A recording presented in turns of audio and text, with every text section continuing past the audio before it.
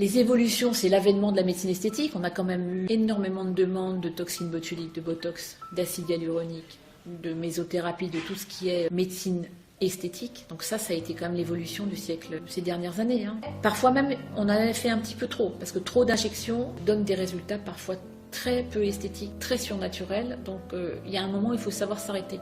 Sur les acides hyaluroniques actuellement, c'est des produits très bien tolérés, avec extrêmement peu d'effets secondaires, à condition d'utiliser des produits résorbables, bien sûr, des choses qui vont s'éliminer de l'organisme de toute façon. Il ne faut absolument plus faire de produits non résorbables. On n'a pas forcément la même sensibilité, on n'a pas forcément la même approche. Peut-être qu'on va être un peu plus proche de la femme parce qu'on sait un petit peu ce qu'elle ressent, on sait jusqu'où on peut aller dans le degré d'intimité, on n'a pas de rapport de séduction, donc c'est facile aussi. C'est plus un rapport de sœur, entre guillemets.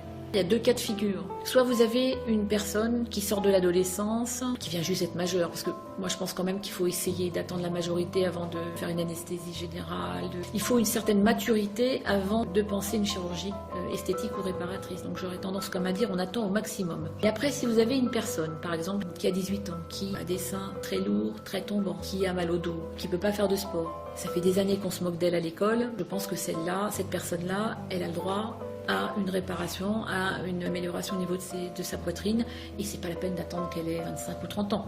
Après, vous avez les patients qui viennent pour refaire le nez. Là encore, une personne de 16 ans qui vient pour se refaire le nez, moi je la mets quand même en attente. Je vais la mettre en attente parce que je pense que 16 ans, déjà c'est pas un bon âge pour opérer le nez, parce qu'on est en pleine poussée hormonale, donc les cicatrisations sont moins faciles, et puis surtout je pense qu'il y a un manque de maturité énorme.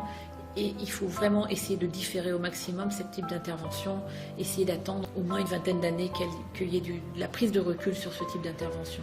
Un petit peu comme pour les prothèses mammaires. La jeune fille de 16 ans, parce qu'elle n'a pas de poitrine, qui vient pour une mise en place de prothèse mammaire, il faut essayer de la faire patienter un petit peu quelques années, qu'elle soit majeure au moins, qu'elle ait du temps de réfléchir.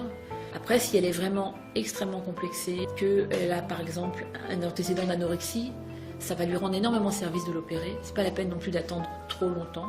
Il faudra être raisonnable dans la taille de la prothèse, c'est-à-dire il ne faudra pas, pour une jeune fille avec toute mince, un petit buste, vouloir la transformer en bimbo parce que ça peut la gêner, ça peut être même pire.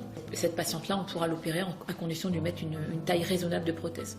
Alors pourquoi vous en parlez? Vous constatez qu'il y a une demande chez les ados? Oui, il y a une demande importante. Alors, est-ce que c'est Internet? Aussi, les réseaux sociaux, ils sont toujours en photo, ils se photographient tout le temps, ils se prennent avec le smartphone, et puis ils s'envoient les photos, et puis qui va être la plus belle et qui va être le plus beau. Donc c'est un peu dangereux aussi, mais en même temps, il faut répondre à leurs demandes, puisqu'ils sont là.